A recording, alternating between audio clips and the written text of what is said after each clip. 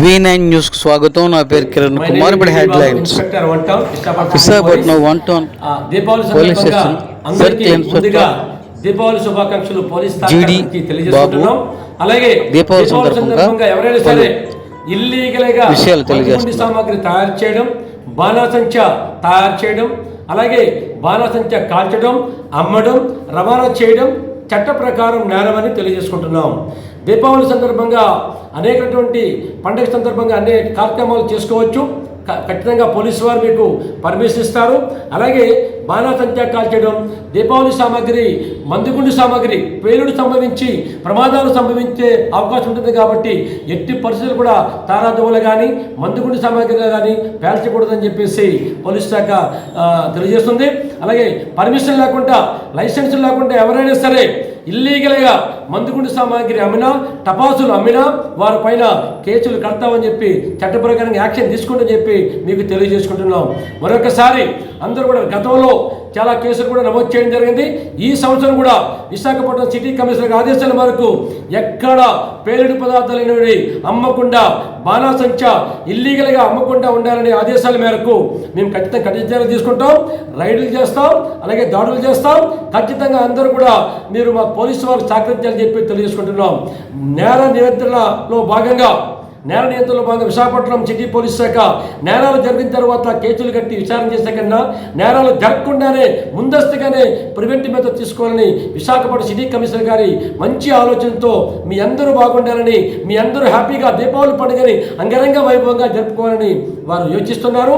వారి ఆలోచన మేరకు మేమందరూ కూడా మీ అందరూ సేఫ్టీ ప్రికాషన్ తీసుకోవాలని పటిష్టమైన బందోబస్తు కూడా ఏర్పాటు చేయడం జరుగుతుంది. కాబట్టి ప్రజలకు గతంలో వ్యాపారాలు చేసి కేసులు నమోదైనటువంటి వ్యక్తులందరూ కూడా బైండ్ ఓవర్ చేయిస్తాం. ఖచ్చితంగా పోలీసు వారికి ఆదేశాలు పాటిస్తారని చెప్పి తెలియజేసుకుంటున్నాం. అలాగే పండుగ సందర్భంగా ఎవరు కూడా డీజేలకి ఎట్టి పరిస్థితులు కూడా పర్మిషన్ లేదండి. స్టేజ్ ప్రోగ్రామ్ కూడా ఇంపార్టెంట్ ఎవరుంటే పర్మిషన్ తీసుకోవాలి.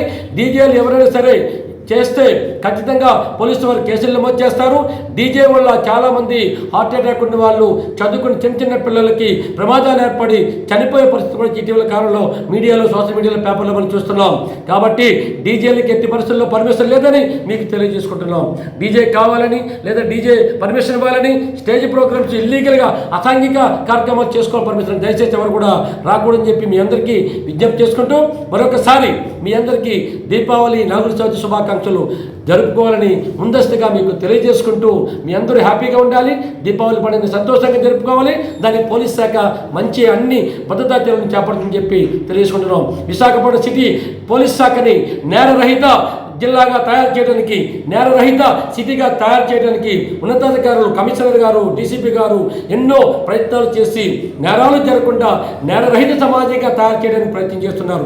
పోలీసు వారు తీసుకునే ముందస్తు జాగ్రత్తలకు ప్రజలందరూ కోఆపరేషన్ చేసి నేర సమాచారాన్ని మీరు పోలీస్ శాఖ అందిస్తారని కోరుకుంటూ మీరందరూ కూడా సెక్షన్ 44 BNSS ప్రకారంగా యూనిఫామ్ లేని పోలీసు మీరందరూ కూడా మీ కంటి ముందు కానీ, పక్కన కానీ, ఎక్కడ కానీ ఇల్లీగల్గా మందుగుండు సామాగ్రి అమ్మినా, ఏదైనా నేరం జరిగినా ఖచ్చితంగా మీరు పోలీసు వారికి సమాచారం అందిస్తే వెంటనే తక్షణమే మీకు తగిన చర్యలు తీసుకొని మీ అందరిని రక్షించడానికి అవకాశం తెలియజేసుకుంటూ ఏదైనా సమాచారం మీరు ఇవ్వాలనుకుంటే 112కి కాల్ చేయండి, లేదా 9447960919 అనే నెంబర్కి, నా నెంబర్కి కానీ, లేదా 28 చివర ఆ నెంబర్కి కానీ ఫోన్ చేస్తే 24/7 మీకు తగిన సహాయ అందిస్తాం తెలియజేసుకుంటూ మరొకసారి మీ అందరికీ ముందస్తు దీపావళి, నాగుల చవితి తెలియజేసుకుంటూ సెలవు తీసుకుంటున్నాం. Thank you so much. మీకోసం మీ విశాఖపట్నం సిటీ పోలీస్ నిరంతరం ప్రజాసేవలో 24/7 పనిచేస్తుంది. Thank you so much. Thank you.